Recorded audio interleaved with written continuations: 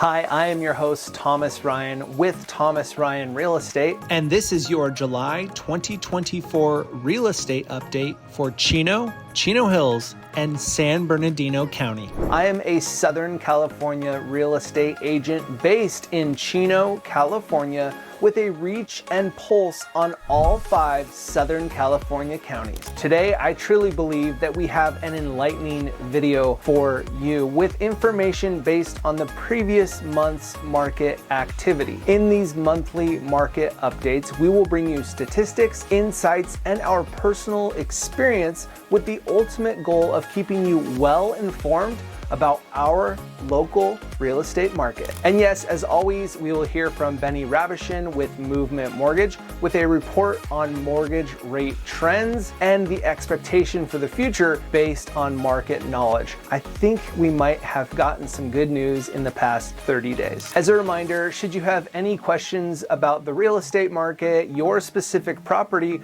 or you have aspirations of buying or selling a home, always feel free to reach out to me directly. I can be reached at 909-334-2049, or you can find me on all the social media sites. All you have to do is search Thomas Ryan Real Estate. All right, without further ado, let's get into the update.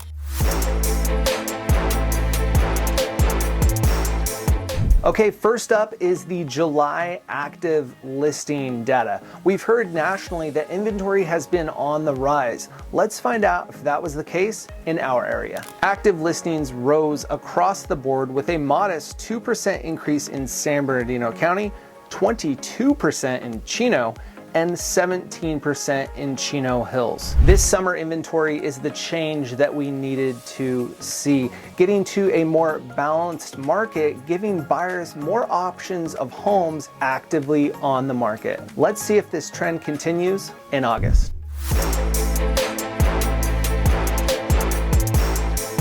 With the number of homes available on the market for sale, we would expect to see the closed volume go up as well. Let's see if that's the case. Along with inventory, naturally, closed sales did increase. 13% in San Bernardino County, 14% in Chino, up to 50 closed sales, and up 15% in Chino Hills with a closed sales volume of 55 homes. What these numbers show us is that the buyer activity is still very strong and keeping pace with the increase in the available homes on the market.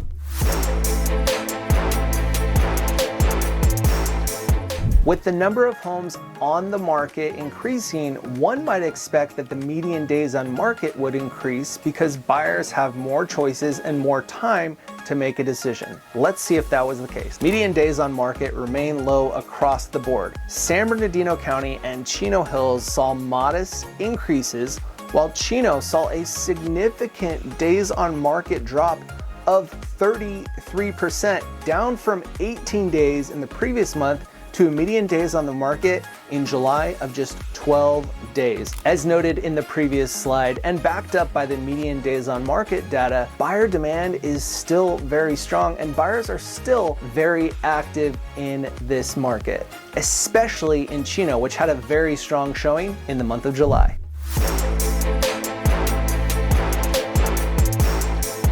With an increase in activity across the board, let's take a look at what happened to the median price per square foot for the month of July. All sectors saw no or nominal increases in price per square foot, with San Bernardino County at $332 per square foot, Chino at $410, and Chino Hills up to $522 per square foot. As you can see, home values in our area are remaining strong, despite what you may have heard recently on the national news. This just goes to show you that each individual city and market area is different.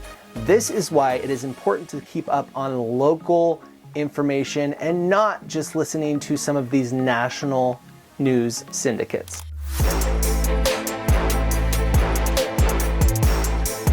So we see that median price per square foot remains strong. But what about the difference between the original list price and the closed price?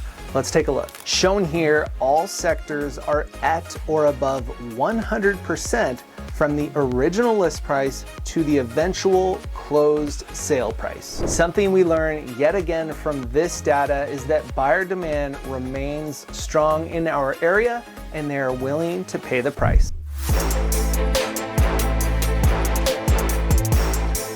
Quite obviously, the median sale price is a huge indicator of the direction that the market is going. Let's take a look at the median sale price for the month of July in Chino, Chino Hills, and San Bernardino County. We saw no huge changes in Chino, Chino Hills, and the county as a whole. However, I want you to take a look at this 1-year trend line. Everything is trending in the upward direction. Not at a crazy pace, but certainly in an upward direction. And remember, this 1-year trend line is all while we saw record high interest rates. Now tell me, what do you think will happen when interest rates start to come down a little bit? I'd love to hear your answer. Please let me know in the comments below.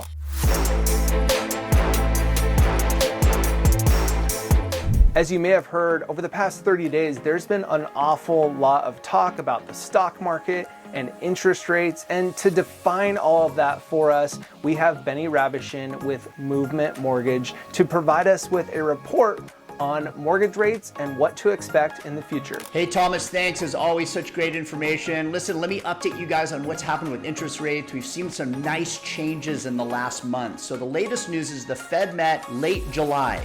So remember, they meet about every 6 weeks. They analyze the economy. And the two big things they're looking at are inflation and the job market. They want inflation to come down to 2%, which is their target. We're at about 3%. Inflation has been coming down. The other big factor is the job market. We saw unemployment rise from about 4.1 to 4.3%. This is something also they were looking at to make their decision on if they're going to do a federal rate cut. Now, there was a small percentage it was going to happen in the end of July at their meeting. They did not. However, I don't want to say 100%, but very close to it. Coming from other economists, they believe that they are in a position now to finally make a federal rate cut. And the next meeting is September 19th. So as we lead up to that, we will let you know.